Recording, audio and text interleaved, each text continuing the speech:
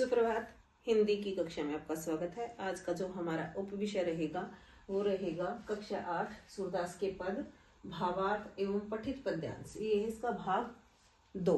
तो पहले पद में हमने पढ़ा था कि जो श्री कृष्ण है वो माता यशोदा से शिकायत करते हैं कि आप मुझे बार बार दूध पिला देती हो, माखन रोटी नहीं देती और कहती हो कि अगर दूध पियोगे तो जो मेरी चोटी है बलराम भैया जैसी हो जाएगी। तो आगे दूसरे पद में जो गोपियां हैं, हमने सुना है, पढ़ा है कि श्री कृष्ण के अपने बाल रूप में अपने सखा के साथ अपना जो भी उनके मित्र मंडली होती थी उनको लेकर किसी भी गोपी के घर चले जाते थे और वहां से गोरस का मतलब दूध से बनी कोई भी चीज, दूध है, दही है, माखन है, ठीक है, वो चीज वहां से लेकर खा लेते थे, खुद खाते थे और दोस्तों को खिलाते थे। तो उसी की शिकायत करते हुए गोपी यशोदा के पास आती हैं और क्या कहती हैं, तेरे लाल मेरो माखन खायो, कि यशोदा तेरे लाल ने मेरा माखन खाया है। दोपहर दिवस जाने घर सुनो, ढूंढी ढुढोरी आप ही आयो। दोपहर का समय देखकर, क्योंकि दोपहर के समय सभी अपने काम पर चले जाते थे और जो गांव में जो घर होते थे वो अधिकतर खाली होते थे। तो क्या कहती हैं कि दोपहर के समय ढूंढ डांड कर कि कोई है तो नहीं, देखकर छिपकर, जैसे हम किसी के घर जाते हैं तो पहले देखेंगे चारों तरफ, आप ही आए, अपने आप मेरे घर में आ गया, कोई था ही नहीं, फिर भी पीछे से आ गए।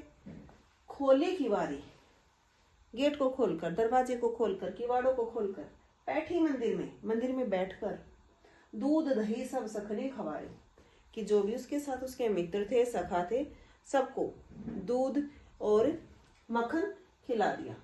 उखल चढ़ी, उखल ओखली जिसमें हम कूटते हैं, उखल पर चढ़ के सीके सोलीनो, पहले एक छीका बांध देते थे, तार जैसे लोहे का तार अपनी छत पे लगा के, और उसके साथ कुछ ऐसा बांधते थे, उसके उस पर हम दूध दही कोई भी सामान होता कि उसको लटका देते ताकि बिल्ली वगैरह आके उस सामान को खराब ना कर दे, बिखेर ना दे, तो उस पे लटका देते थे, छीका बोलते थे, ठीक है।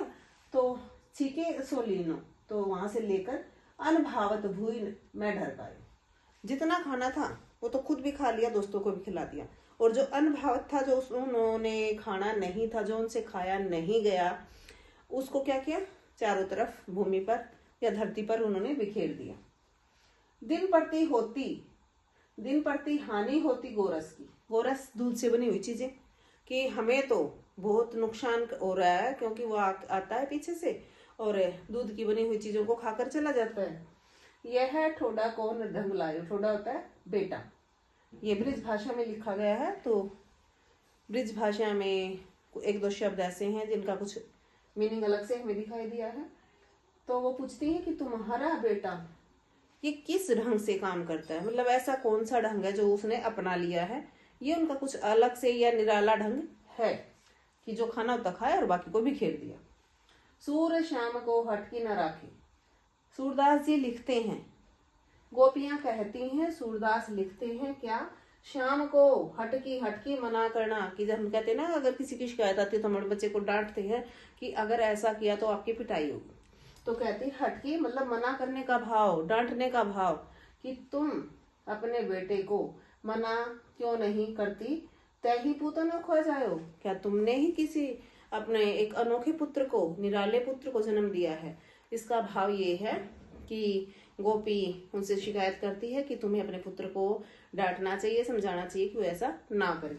तो इसका प्रसंग भी हम देखेंगे। प्रसंग होता है इंट्रोडक्शन देना, कि जो पद है वो हमने कहाँ से लिया है, कौन सी किताब से लिया है, कौन उसके कवि हैं और वहां क्या बताने की कोशिश की जा रही है। तो प्रस्तुत पद है हमारी पाठ्य पुस्तक वसंत भाग 3, भाग 3 मतलब 8वीं, भाग 1 छठी, 2 7वीं और 3 8वीं के सूरदास पद नामक काव्य से लिया गया है। इसके रचयिता सूरदास जी हैं और यहाँ एक गोपी यशोदा से श्री कृष्ण की शिकायत के भाव से उसके पास आती है।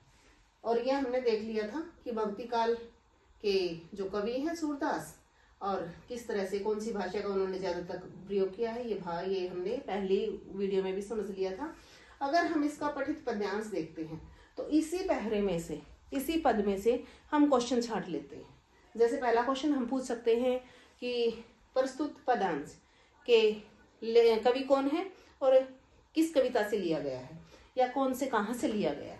दूसरा हम पूछ सकते हैं कि श्री कृष्ण गोपी के घर किस समय जाते हैं, श्री कृष्ण किसके साथ जाते हैं, अपने दोस्तों के साथ जाते हैं, किस समय जाते हैं, दोपहर के समय जाते हैं, और गोरस का मतलब क्या होता है, दूध से बनी हुई चीजें। इसी तरह से 3-4 क्वेश्चन हम इसमें लिख सकते हैं। तो पठित का मतलब होता है जो पद्यांश हमने पढ़ लिया है और उसके भाव को समझना, उसमें से क्वेश्चन निकालना ही पठित पद्यांश है। धन्यवाद।